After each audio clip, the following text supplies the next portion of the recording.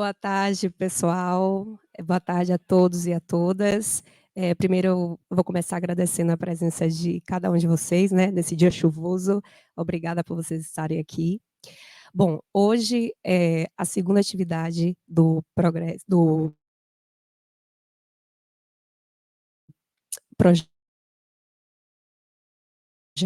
PECMAT, que é projeto egresso. Vai ter a presença do professor Evandro Santos, que é um egresso do curso de bacharelado da UFBA, com a palestra intitulada Nós Matemáticas. Tá? Antes de eu dar a palavra para Evandro, quero dar... já começou a assinar, eu vou passar novamente. E o segundo é que a gente está com uma vaga de monitoria voluntária aberta para o projeto PECMAT, e as inscrições vão até o dia 22 de abril. Se vocês tiverem alguma dúvida, ao final da palestra, vocês podem perguntar para mim, ou para a Elaís, ou para Roberto, tá bom? Sem mais delongas, a palavra é sua. Obrigado a todos pela presença. Esse projeto, nós começamos pensando na possibilidade de criar um ciclo de palestras, eventos, para homenagear o curso de matemática, que completa, né, 80 anos, né? O curso de matemática é mais antigo que o próprio Instituto. O curso começou na antiga Faculdade de Filosofia. Então, o Instituto foi fundado em 68 e em 44 já havia o curso de matemática. Bom, então quando eu fui convidado para essa palestra, eu pensei, bom, já que é um curso, já que é um programa, um projeto que visa conectar a matemática do presente, passado, presente e futuro, eu pensei, bom, falar um pouco da minha trajetória, né, das minhas andanças por aí, como professor. É a segunda universidade que eu sou professor, né? Fui professor durante 9 anos, quase 10, na Universidade Regional do Cariri, no Crato, Ceará, uma cidade no sul do Ceará, e a partir desde 2007 sou professor dessa universidade. Essa universidade que me formou, né? Eu entrei nesse curso de graduação aqui em 92. Aos 20 anos de idade, eu estava aqui como egresso, quer dizer, calouro, né? Como calouro. E tive a honra da primeira aula, da aula inaugural, ter sido ministrada pelo professor Elon, o saudoso professor Elon Lages, na antiga sala 150, que hoje é a sala 143. Então, minha trajetória nesse curso, né? Eu nasci aqui em Salvador, sou natural dessa cidade, e entre 92 e 96, eu cursei o bacharelado em matemática. E fui bolsista de IC por 3 anos. Assim que terminei a graduação, eu ingressei no mestrado na Federal do Ceará, de 96 a 98, e em 98 eu terminei a minha dissertação sob a orientação do professor Gregório Pacelli. E naquele momento nós estudamos o problema de Calabi, que era um problema que naquela época estava em aberto, e depois verificou-se que a conjectura de Calabi era falsa, né? Mas existiam muitas contribuições mostrando que ela tinha, naquele momento, ela era promissora, ou seja, era uma conjectura que muita gente tentava provar na afirmativa, e na sequência provou-se que ela era falsa. Assim que eu terminei o mestrado, um pouquinho antes, aliás, eu defendi no dia 7 de julho, né, de 98, e no dia 8, no dia seguinte, eu estava na cidade do Crato, tomando posse como professor efetivo da Universidade Regional do Cariri. Entrei como docente, foi o primeiro concurso para matemática naquela universidade. Então, a universidade já tinha alguns anos de vida, não me recordo agora, e funcionava os cursos de matemática com professores que eram engenheiros, formados em outras áreas. O próprio chefe de departamento era formado em ciência natural. Então, os primeiros docentes do departamento que eram formados em matemática, chegamos em 4, né? Todos vindos da Federal do Ceará. E aí, na sequência, eu fui eleito, na verdade, depois fui eleito, a ser coordenador do curso de licenciatura em matemática. O curso estava passando por um momento de reestruturação, notas baixas nas avaliações, e aí eu assumi a coordenação. E aí, na sequência, eu fui eleito representante dos docentes no Centro de Ciências e Tecnologias, diferentemente daqui, né? Aqui nós temos os institutos, lá eram centros, né, que congregavam as várias áreas, e também, na sequência, fui representante dos docentes no CONCEP, daquela universidade. Em 2001, iniciei o doutorado em Campinas, no grupo de Teoria de Lia e Aplicações, né, sob a orientação do professor Caio Negreiros, que hoje está aposentado. E em 2005 eu defendi minha tese, métricas de Einstein em variedades bandeira, e apresentei aquele pôster no 25º colóquio de matemática. E nesse trabalho eu apresento algumas soluções para a equação de Einstein em variedades homogêneas variedades Flag. E em 2005 eu fui convidado para lecionar um curso aqui na UFBA, análise no RN. Eu ministrei esse curso no verão. E no ano seguinte eu lecionei álgebra linear na Federal do Ceará, também como visitante. Em 2006, na verdade, eu passei no concurso. No ano seguinte, eu fui chamado para tomar posse. Em fevereiro, eu iniciei meu trabalho aqui nessa universidade. E aí, começa o trabalho.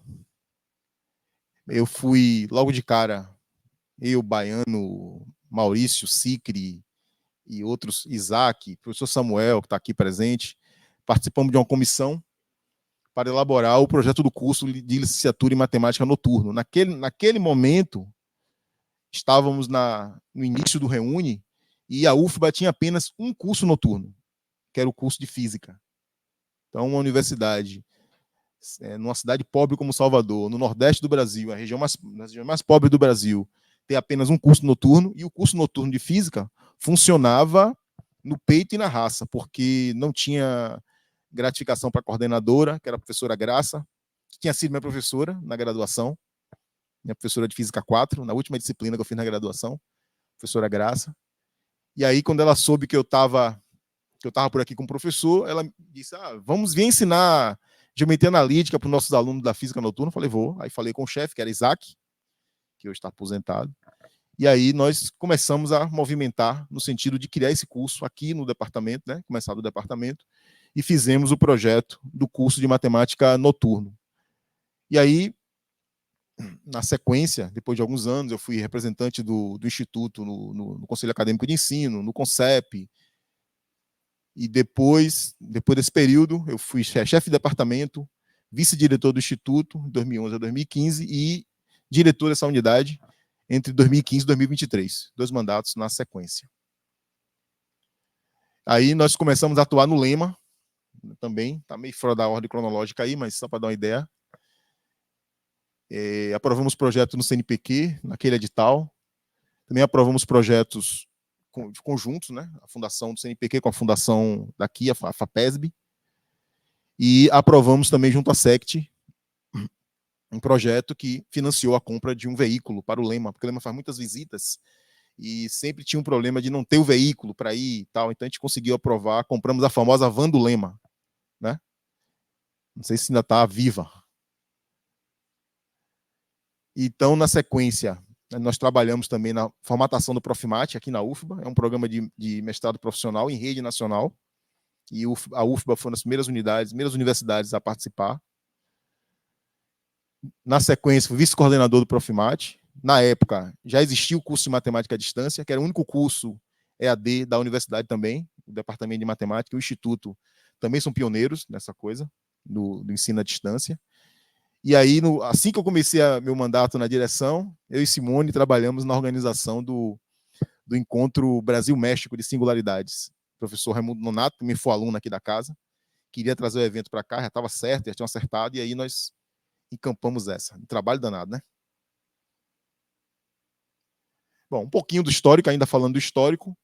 Eu estou falando essa parte do meu histórico, para vocês perceberem que esse diploma que vocês vão carregar daqui a alguns anos, ele permite que você tenha uma carreira de docente e você pode não ficar preso somente aos muros da UFBA. Só você professor na UFBA, só você professor na Bahia, não. Você pode fazer professor em outro estado, como eu fui, né? Fazer pós-graduação fora, como eu fiz. Por sorte, eu consegui ter um concurso naquela época, porque não era tão fácil assim ter concurso. Teve um período que não tinha concurso, um período grande, quem é professor de mais tempo na casa aqui pode testemunhar isso. E eu fiquei, por exemplo, quando eu terminei o mestrado, eu pensei, esperar abrir um concurso na UFBA, só que não tinha concurso aberto. E quando abria concurso, era só na perspectiva de abrir para doutor. Então, o primeiro concurso que abriu foi lá no Crato, no interior do Ceará. Eu não conhecia rigorosamente ninguém naquela cidade, do mesmo modo que eu não conhecia ninguém lá em Fortaleza.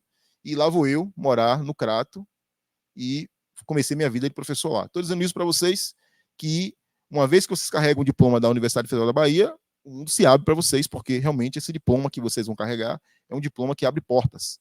Vocês vão carregando conhecimentos aí, cada professor que vocês passam, cada disciplina, cada trabalho que vocês fazem. Essa atividade aqui, por exemplo, são atividades de formação também. E isso vai encorpá-los no sentido de que vocês vão, de posse do diploma e dos conhecimentos que vocês vão adquirindo aqui, nessa universidade, o mundo se abre para vocês. E aqui eu já estava na época de diretor, né? Fui membro do Conselho Universitário, participei da relatoria do PDI, que está em vigor ainda, né? Foi prorrogado. E tínhamos problemas, ainda temos alguns, mas tínhamos problemas mais graves de segurança. Então o reitor nomeou uma comissão e eu fiz parte dessa comissão. Os alunos daqui de matemática, Vitor e o outro agora não me recordo o nome dele, falaram de criar um pré-vestibular social aqui na universidade. Aí eu fui atrás com eles, fizemos toda a movimentação e conseguimos fazer o Preveste, que funciona. Semana passada teve evento do Preveste aqui no Instituto. É um pré-vestibular social, né? Que permite que facilita o acesso de pessoas de baixa renda, em geral oriundos de escola pública, entrarem na universidade. Eu não tenho os dados exatos agora, mas até onde eu tinha acompanhado, já haviam mais de 200 pessoas que passaram pelo Preveste e conseguiram entrar nas universidades públicas e privadas. Aí eu faço também a orientação de trabalho de permanência no edital Permanecer. Atualmente estou como aluno, Permanecer. Também aprovei projetos de extensão com bolsa, né? Alguns, inclusive no Preveste. Organizamos um workshop sobre o Preveste, para falar da experiência, e fizemos, junto com os alunos, um artigo na revista Raízes e Rumos, falando da experiência do Preveste. Durante a pandemia, quando nós começamos a voltar para o semestre letivo suplementar. Vocês não recordam disso, muitos não estavam nem aqui como alunos, mas a gente pensando com os diretores da época e com os colegas aí, Kleiber, Joilson, que era chefe de departamento, Kleiber era vice-diretor, eu pensando, nossa, fazer matrícula, fazer planejamento no semestre presencial já é um negócio que beira o caos. Imagine fazer planejamento para um semestre que vai ser remoto, uma experiência que a gente nunca teve na vida. E aí pensamos em organizar o WI Quadrado, né? Um workshop interdisciplinar, e juntamos. Então fizemos assim, montamos salas virtuais com os chefes dos departamentos daqui do Instituto, na época eram 3, e os chefes marcavam horário com os coordenadores das escolas que mais demandavam da gente. Então era o webinário integrado interdisciplinar. E aí o coordenador de um curso da Politécnica sentava com o chefe de matemática, com o chefe de estatística, com o chefe de computação e fazia uma negociação das vagas, como é que seria, e depois colocava o planejamento no sistema. E funcionou, pelo menos atenuou aquela situação quase caótica, né, que foi o SLS. Participamos da organização do Encontro Brasil-Portugal. Ellen participou também desse momento. Professor Kleiber também, professor Roberto. Isso foi no ano de 2022. Fizemos também 2 capítulos de livro, frutos de dissertações do Prof. Mate. E aí tem as coisas que a gente faz como professor também. Revistas pedem que a gente faça parecer em artigo, sabe? Então tem essas revistas aí, a Complex Manifolds, o jornal britânico, né, de matemática e computação, ciência da computação. Tem uma revista de educação, ciências e matemática, a revista Ensino. Todos esses periódicos nós trabalhamos também fazendo parecer, avaliando artigos. Bom, uma ideia geral, essas são as instituições que eu tive o prazer de visitar ou colaborar, né? Então vejam aí que nós já rodamos bastante. Falar um pouco da formação. Comecei falando um pouquinho antes, mas quero enfatizar isso. A formação que a UFBA fornece, ela permite que você atue em várias áreas. Eu queria falar com um colega do tempo de doutoramento. Tinha um colega no doutoramento que ele trancou o doutorado, ele parou o doutorado e foi trabalhar no Banco Itaú por um tempo, um ano mais ou menos. Depois ele voltou, já tinha largado a bolsa, né? Estava sem bolsa, tinha um acordo com o banco, ele voltou, fez o exame de qualificação que ele faltava fazer e tinha um horário especial no banco e ele terminou a tese de doutorado dele. E terminou o doutorado e foi trabalhar no setor de segurança bancária, né? Então, o diploma de matemática, talvez não seja uma regra aqui, não seja muito comum aqui na Bahia, mas Brasil afora, os matemáticos estão sendo requisitados para trabalhar em diversas profissões, não somente sala de aula como professor, mas em diversas profissões, diversas ações, diversas situações de mercado. Eu conheço, por exemplo, ex-alunos desse curso, que foram da minha turma, que hoje são empresários, são donos de escolas. Por exemplo, o Kumon, a rede Kumon, aqui na Bahia, aqui em Salvador, tem como uma das sócias a professora Maria Cecília Lemos, que eu acho que também vai ser convidada para falar no futuro, imagino. Já falei, situações de ex-alunos, não daqui, que aqui eu procurei, mas não localizei, que atuam em bancos, né, desenvolvendo aplicações. Também, claro, tem a atuação clássica, que é atuar como professor de educação básica, e, claro, você pode atuar como docente. E eu falo docente, não é somente docente com toda a sua amplitude. Você pode ser um docente pesquisador, um docente extensionista, um docente, apenas camarada que gosta de dar aula. Então a atuação é bem ampla. Tá? Bom, agora vem a parte final, que eu quero falar um pouco disso também.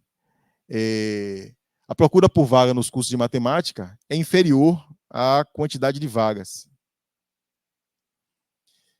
Boa parte das vagas que são ofertadas no vestibular, Enem, nas diversas seleções, elas simplesmente não são preenchidas. Simplesmente não são preenchidas. E eu trouxe esse gráfico aqui, esse primeiro aqui, essa primeira tabela aí. É isso aí. Dos alunos e das vagas que são preenchidas, vejam ali que matemática só não é pior do que física. Matemática é a penúltima lá, ó.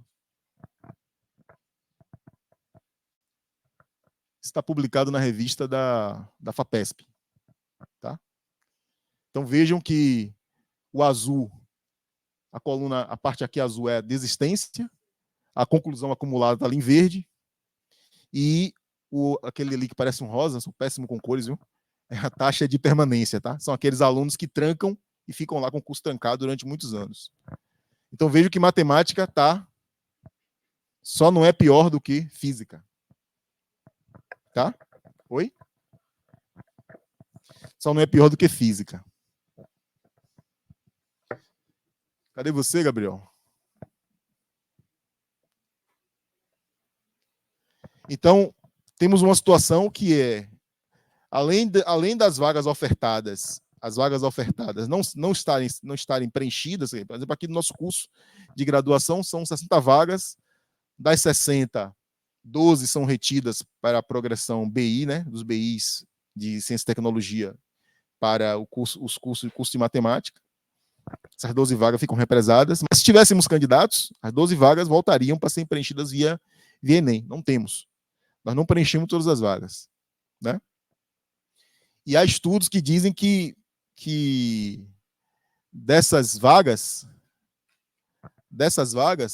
cerca de apenas um terço dos alunos que conseguem entrar e terminam vão para a docência. Então vejam, de cada 100 que conseguem entrar, apenas um terço, da cada 100 que você consegue formar, apenas um terço desses vão para a docência. Os 2 terços que conseguem passar pela peneira, que termina o curso, que é o curso de matemática, é um curso que ele tem um perfil, ele é fácil de entrar, porque a nota de corte dele não é muito alta no Enem, na seleção unificada. E de cada 3 que conseguem terminar, apenas 1 vai para a docência e 2 vão procurar outros empregos que pagam melhor.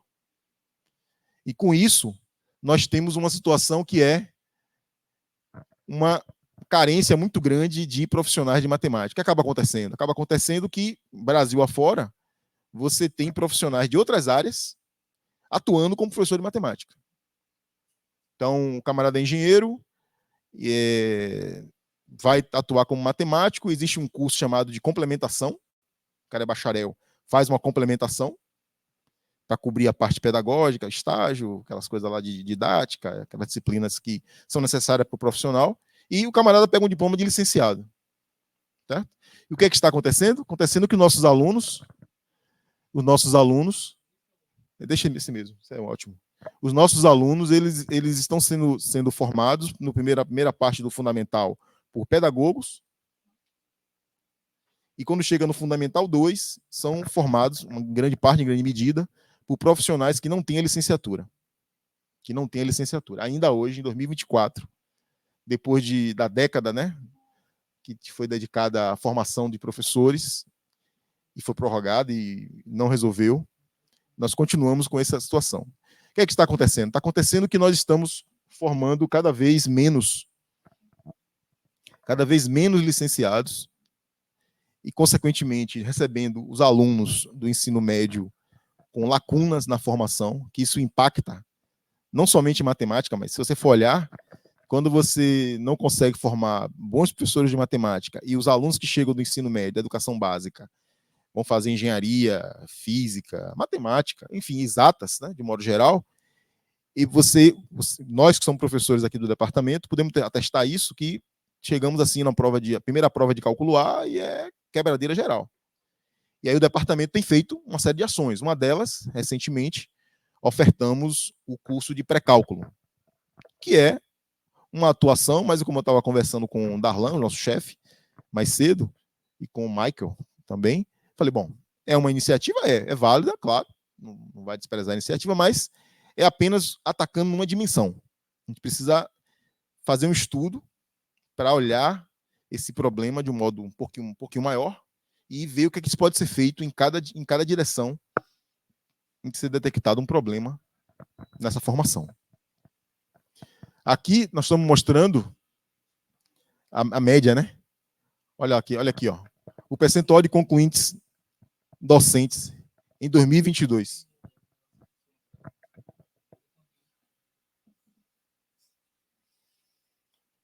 Olha como está a queda aqui, ó. Isso aqui é fruto de anos e anos em que a profissão de professor tem sido maltratada, especialmente pelo poder público. Não uma coisa somente do antigo governo, mas atualmente as universidades estão entrando em greve. Várias universidades e institutos federais estão entrando em greve porque é uma defasagem acumulada de muitos anos. E estamos aqui na UF, um auditório bonito, todo conservado, climatizado, e o ar-condicionado parou. Eu evitei falar, mas parou. Você desligou, não foi? Ah, beleza. Então não quebrou, não. Então o que acontece? Mas essa não é a realidade. A realidade do professor, não estou querendo que ninguém mude de profissão por causa disso, mas a realidade é o professor que vai dar aula na periferia e recebe adicional de periculosidade por dar aula na periferia. Só que a história de periculosidade é muito baixo comparado ao risco que ele passa. Às vezes, eu tenho uma tia que foi professora durante muitos anos e ela comprava o piloto para dar aula. Comprava o giz quando era giz para dar aula. Ela dizia, meu filho, se eu não comprar, chego lá, não dou aula. E aí, vou sair de minha casa para chegar lá no dar aula? Ela andava com uma bolsinha cheia de pilotos para dar aula. Então, essa é a realidade. Não é como aqui, que nós temos ainda uma condição de trabalho razoável, vamos dizer assim. Pode melhorar? Claro que pode melhorar. Principalmente começando com a questão salarial e as questões das salas, né, que a gente reclama todo semestre, sala com goteira, sem climatização, barulho, etc. Mas se você olhar a situação global, vai dizer assim, estou no oásis, estou no paraíso, mas temos muito a melhorar. Então, essa situação em que os docentes são submetidos é uma das causas para esse número baixo de formandos. Olha o número como vem caindo. Está abaixo de 30% agora. Então, essa é a situação da nossa profissão. Mostra agora vamos falar de coisa boa. Mostra o artigo do professor Mentalidades Matemáticas.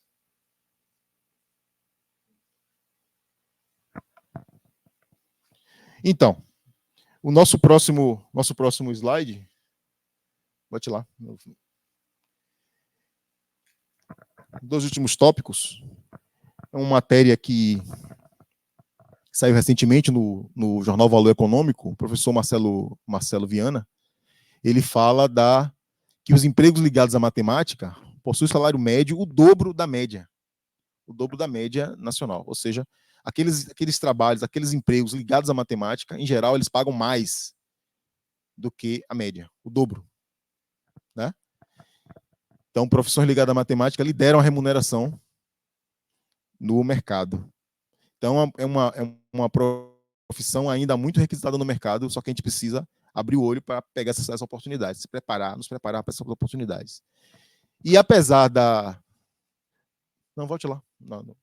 E apesar da situação que nós colocamos, né, nós temos ações. Eu trouxe uma delas aqui, mas eu posso citar outras. O professor Lira, Jorge Herbert Soares Lira, da Federal do Ceará, quando eu estava fazendo mestrado, o Lira estava terminando o doutorado, era eu e o professor Zé Nelson também estava começando o doutorado. O professor Jorge Herbert Lira, ele, preocupado com essa situação dos alunos que chegam no ensino da educação básica para o ensino superior, com muitas lacunas de matemática, ele fez uma provocação à Pró-Reitoria de Graduação lá da Federal do Ceará, e a universidade criou um grupo de trabalho, e ele tomou a frente com estatísticos, pedagogos e ele de matemático, e foram verificar, e verificaram que o aluno, quando ele passa da primeira parte do fundamental para a segunda parte do fundamental, né, ele é formado por pedagogos, né, primeiro ao quarto ano, até o quinto, né, até o quinto ano. Quando ele chega no sexto ano, as notas naquelas avaliações globais, ela dá uma despencada. Então, ele formatou o seguinte na pesquisa. Quando você tem conteúdos de matemática que não envolvem problemas minimamente complexos, os alunos conseguem se dar bem, resolvem as questões. Quando chega por volta do sexto ano, que você começa a colocar uns problemas com um pouquinho de complexidade, que o camarada precisa interpretar o problema para poder resolver, interpretar o que está sendo pedido para poder resolver, é aí que está o problema. Então ele identificou isso e propôs ao departamento e posteriormente à Pró-Reitoria de Graduação que fosse criado um curso de formação continuada de professores. Então eles fazem avaliações contínuas e uma vez que identificam um problema, eles preparam a formação para atacar aquele problema. Então eles preparam uma formação para fornecer aos professores e ela se dá em 2 níveis. Ou um aperfeiçoamento, que é um curso, se eu não me engano, de 90 horas, ou, se o problema for um pouquinho mais grave, ele faz uma especialização de 360 horas e os professores do Estado submetem a essa formação. Essa é uma das iniciativas.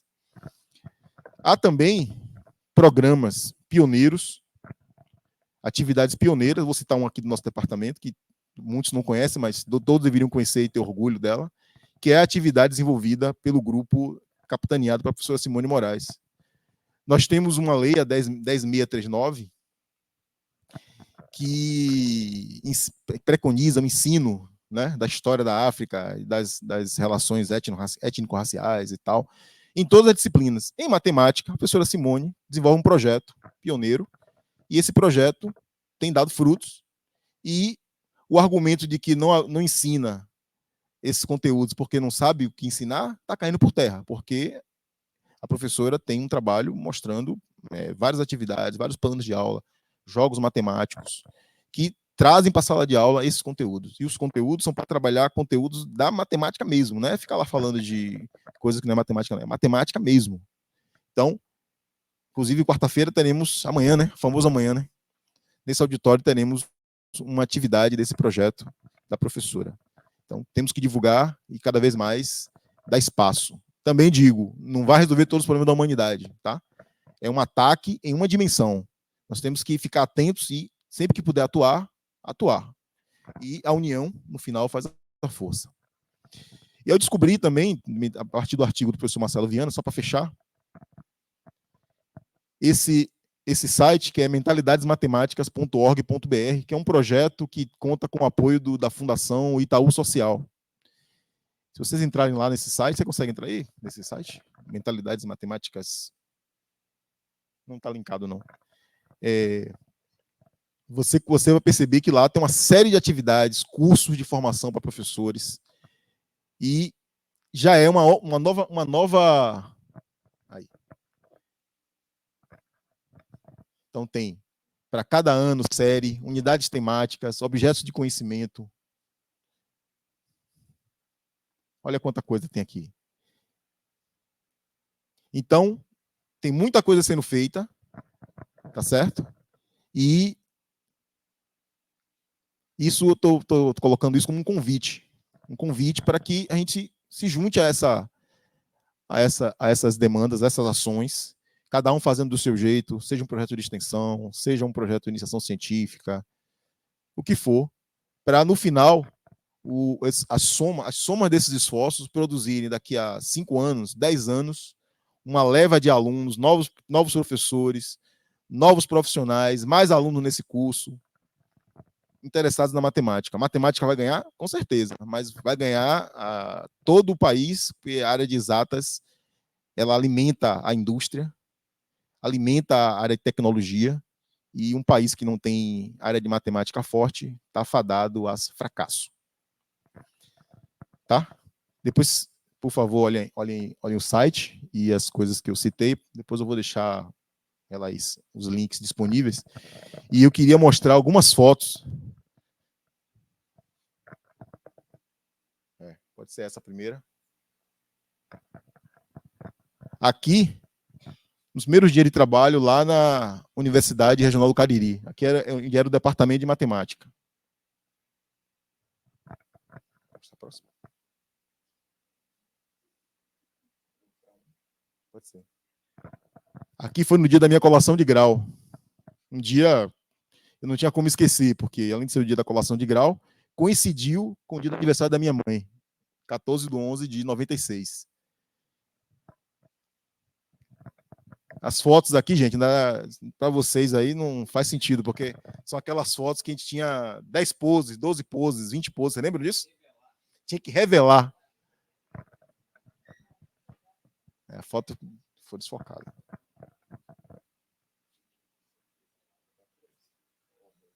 Pode ser aquela mesmo. Pode ser aquela mesmo. Essa aqui,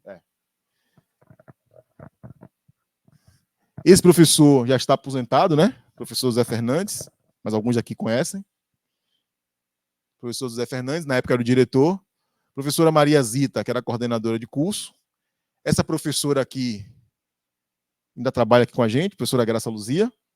E essa senhora aqui, ó, ninguém conhece, né? Lendo o termo de colação de grau, a ata, né? Colação de grau, na época ela fazia tudo à mão, na hora, tudo certinho. Nossa eterna Dona Zezé. No momento que eu estou cumprimentando a mesa. Acho que só tem mais uma foto, né? Essa aqui. Pronto. No momento que eu assino a ata, né? De colação de grau.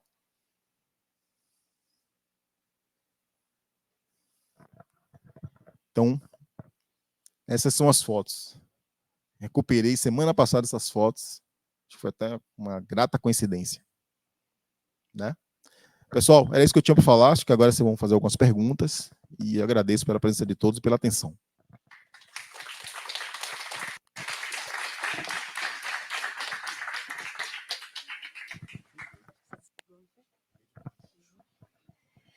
Bom, obrigada, Evandro, pela palestra. Alguém tem alguma pergunta? Só um segundinho.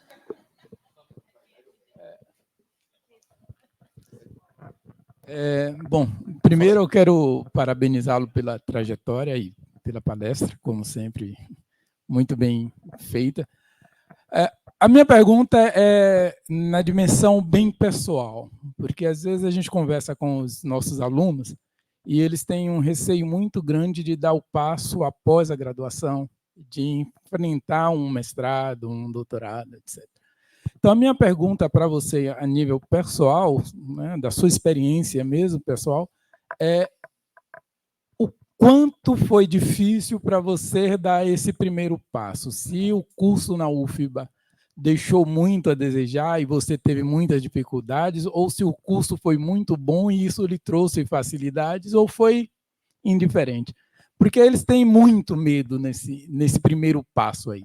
Ele não sabe se o curso preparou o suficiente, e aí, no temor, eles acabam desistindo de dar esse passo que é importante e que abre um futuro profissional tão belo quanto o seu. Então, essa é a pergunta. Essa é uma questão que lá em 96 já existia entre a gente, tá? Da minha turma, por exemplo, que nós terminamos a graduação, o pessoal sempre pensava, aí agora, vou fazer mestrado aqui, vou fazer mestrado fora. Bom, a grande maioria queria fazer mestrado, mas sempre naquela dúvida se faria aqui ou faria fora. No semestre anterior à colação de grau, no final de 95 para o começo de 96, eu fui para Federal do Ceará, UFC, e fiz o curso de verão lá. Fiz análise no RN com o professor Pacelli, Gregório Pacelli, que no futuro viria a ser meu orientador. E daqui, eu, Perfilino e Raimundo Nonato, que hoje é professor da USP de São Carlos. Né? Perfilino hoje é professor do departamento. E nós fomos fazer o verão lá, e no verão nós verificamos, isso respondendo a sua pergunta, e claro, talvez de mais alguns, que o curso de graduação fornecido pela UFBA, ele era de muito bom nível. Mas não era novidade saber disso, porque as avaliações sempre, as notas eram 4 ou 5, sendo que o máximo é 5. Então, quando nós chegamos no curso de verão, claro, tem toda a dificuldade, né? Fazer um curso que seria um semestre, fazer em 2 meses, tem uma velocidade de aula, o professor fazia um capítulo por aula, então isso não era uma coisa muito comum para a gente, não era comum, não tinha costume com isso. Mas o curso de graduação que nós fizemos aqui nos preparou a ponto dos 3 serem aprovados na seleção do mestrado. Eu tinha que voltar para fazer algumas disciplinas, se eu não me engano, 3 ou 4 disciplinas, então eu só podia ingressar no mestrado no segundo semestre daquele ano, de 96, foi o que aconteceu. E Perfilino e Raimundo só podiam ingressar dali a um ano, porque eles tinham que fazer uma quantidade de disciplinas que não seria possível fazer num semestre só. E a Federal do Ceará segurou a vaga, tanto a minha como a deles. Selecionaram os alunos do primeiro semestre, de 96, e já nos deixou, eu, no meu caso, selecionado para o segundo semestre de 96, e assim aconteceu, e Perfilino e Raimundo entraram no primeiro semestre de 97. Só que aí eles foram fazer o verão de novo, só que em outra disciplina, não fizeram mais análise. Já fizeram outra disciplina, ou seja, eles entraram no mestrado com 2 disciplinas já cursadas, né? Dos 2 verões, de 95 para 96 e 96 para 97. Quando eu cheguei em setembro de 96, por que setembro? Porque teve greve. O primeiro semestre de 96 teve uma greve que atrasou o final do semestre. E eu cheguei em 96, em setembro, pouquinho antes do feriado de 7 de setembro. Eu cheguei lá na Federal do Ceará e o professor, como lá não teve greve, ele estava dando aula. Estava dando aula de geometria diferencial. Era geometria diferencial e análise no RN, a disciplina de chegada nossa, lá no mestrado. Só que a gente tinha feito geometria aqui na graduação, com o professor Enaldo Vergasta, que hoje está aposentado, o grande professor Enaldo Vergasta, né? Tínhamos feito análise no RN no verão, que deu uma certa base também, e tínhamos feito análise 2 aqui também na graduação.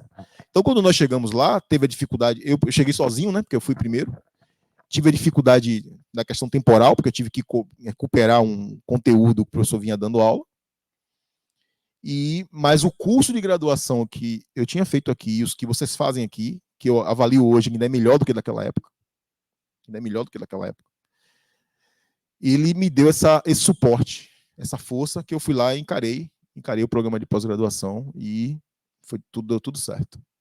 Claro, tem um esforço pessoal, você fica longe da família, você está acostumado aqui na sua cidade, você tem um problema, você tem um familiar para recorrer. Lá você não tem isso, né? Você tem que se virar com suas coisas o tempo todo, enfim. Mas valeu a pena, uma experiência que eu recomendo a todos vocês. Quem puder, faça, que vale a pena. Você quer perguntar? Boa tarde, gente. Para quem não me conhece, me chamo Alberto, sou daqui do curso de matemática mesmo. E antes de perguntar, gostaria de lhe parabenizar pela jornada e tal, ao longo aí dos anos. Ia perguntar agora sobre a pergunta, ia falar só do bacharelado, mas da licenciatura também. Como o senhor vê assim, diante da sua jornada, da sua trajetória, a atuação assim no mercado de trabalho com a graduação? Você fala especificamente da licenciatura? Não, do bacharelado, já que o senhor comentou aí das áreas de atuação. Então, veja só. A licenciatura, ele é um curso de graduação que, até certo momento, ele é muito parecido com o bacharelado. Especificamente, até ali o primeiro e o segundo ano, são cursos que quase não se distinguem. A partir do terceiro ano, a licenciatura vai para um lado, o bacharelado vai para outro. Tá? O que ocorre? Ocorre que o bacharelado ele tem um direcionamento bem prático, ou seja, o camarada fez bacharelado, ele vai partir para pós-graduação, porque ele não tem habilitação para dar aula na educação básica. E por que pós-graduação? Porque hoje, via de regra, as universidades abrem concurso para pessoas com pós-graduação, mestrado, doutorado. Raramente você não tem um conhecimento, pelo menos nos últimos 5, 10 anos, de concursos abertos para pessoas com apenas graduação. Então, quem faz bacharelado está meio que obrigado, né, a fazer um programa de pós, um mestrado, um doutorado. Esse é o caminho, é o que se espera. No caso da licenciatura, eu digo assim, eu penso que a licenciatura é um curso que ele não termina em si. O que eu quero dizer com isso? Eu quero dizer o seguinte, o camarada terminou a licenciatura, ele também vai fazer sua pós. Ele vai ter que fazer especializações, vai ter que fazer mestrados, para aprofundar aquele conhecimento que ele adquiriu na graduação. Então, ele não vai pegar o diploma dele e nunca mais vai estudar. Não, ele vai continuar estudando-se e melhorando o seu fazer enquanto professor. Eu completei esse ano, bom, só de professor de ensino superior, vocês fazem as contas aí, 98, né? Quando eu tirei aquela foto. Então, esse ano eu completei 26 anos de docência de ensino superior. Só de docência de ensino superior, 26 anos. E toda vez que eu vou dar uma disciplina, por exemplo, eu estou com uma turma com essa moça aqui, que está assistindo a aula, ela é de álgebra linear. Álgebra linear 1, né? E todas as vezes que eu vou ensinar álgebra linear 1, eu tenho que preparar o curso de novo. Eu tenho que pensar no curso de novo, pensar nas coisas que eu fiz da vez passada, que poderiam ser melhores. A aula que eu pensei para a próxima aula, eu tenho que pensar de novo, como é que eu vou fazer. Então, esse fazer, esse melhorar contínuo do fazer, da docência, é típica do professor. Então, se eu sou bacharel, eu tenho que me dedicar a isso. Porque meus alunos saem de casa para assistir uma aula e a aula tem que ser a melhor possível. Entendeu? Se eu sou licenciado, idem. Só que o licenciado ele tem um quê a mais. Porque aquele cara está ensinando para o futuro professor, futuro médico, futuro advogado, futuro engenheiro. Entendeu? Então, e nós aqui na universidade estamos preparando os professores que vão formar esses profissionais. Então, a gente tem que passar para eles essa coisa do... Como é que eu vou dizer isso? Não sei como dizer isso, mas esse que a mais que a docência tem, que é onde começam todas as formações do país, né? Se você não tem professor, você daqui a pouco não tem médico, não tem engenheiro, não tem advogado, e aí começa. Aí o país tem que importar profissionais. Entende? A área tecnológica do país não desenvolve porque não tem pessoas da área de exatas. Então, tudo começa no professor. Mas não é somente pegar o diploma e pronto. Eu quero dizer que ser professor, licenciado ou bacharel, é fazer um contrato com o eterno aprender. É isso. Acho que esse é o termo. Então, é fazer um contrato, ó, você aprendiz a vida toda. Mesmo quando você entra na sala para dar aula, você vai aprender. Essa aqui é a grande jogada. Você não vai somente ir lá e despejar conhecimento e pronto, terminou a aula, vai embora. Não. O seu pacto, quando você entrou no curso de licenciatura, no curso de bacharelado, você fez um pacto com aprender sempre. Aprender sempre. Porque meus alunos de 26 anos atrás, se eu for pensar, lembrar da minha primeira aula lá de análise, que eu comecei dando aula de análise, se eu transportar esses alunos para hoje, aquela aula já não serve mais. Talvez 5 anos depois aquela aula não serviria mais. Porque as tecnologias estão aí, as pessoas leem outras coisas, você tem mais livros, mais conhecimento, as pessoas vão ler de outra fonte, você vai ler de outra fonte, então você não pode pegar a mesma aula lá de 98, de 2018, de 2008, sei lá, e achar que aquela aula vai ficar a mesma sempre. Não. Porque as pessoas estão sendo o tempo todo impactadas, estão lançando novas tecnologias, tem outra forma de ver. Hoje mesmo eu falei para os alunos na turma de Linear 2 do teorema espectral, de manhã. E aí, ontem, quando eu fui revisar a aula, eu falei, rapaz, já fiz essa aula várias vezes, em diversos momentos, e toda vez está diferente. Então é isso. Esse é o pacto do eterno aprender. Não é meu aluno, sou eu. Entendeu? Eu tenho que estar com essa coisa de sempre estar aprendendo coisas novas para poder fazer, de repente, alguém olha assim, a mesma coisa, não é a mesma coisa.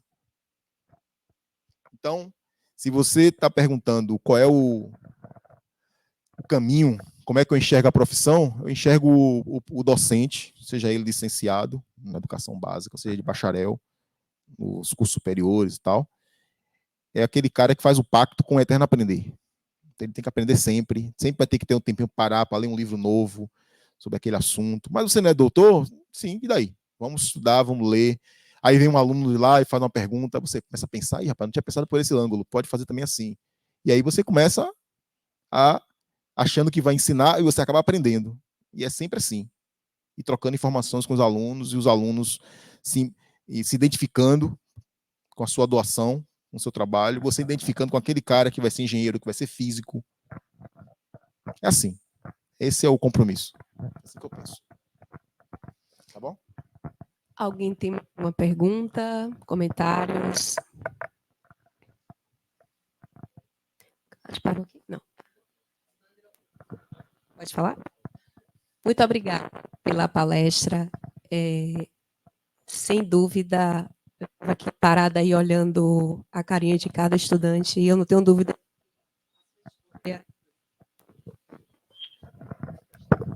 Eu não tenho dúvida de que a sua história, a sua carreira foi fonte e é fonte de inspiração e vai ser para muitos deles. Eu lembro de quando eu sou egressa, né? E quando eu estava aqui sendo aluna de mestrado, e a gente se conheceu e você olhou para mim e falou, você vai ser minha colega, você vai ser minha colega, e hoje eu nunca falei isso, acho, mas hoje eu sou sua colega e, sem dúvida, ter você aqui no Instituto foi, sim, uma fonte de inspiração e eu tenho certeza que a sua palestra, mais uma vez, vai motivar, está motivando vários desses estudantes aqui. Muito, muito obrigada pela palestra. Então, vamos agradecer.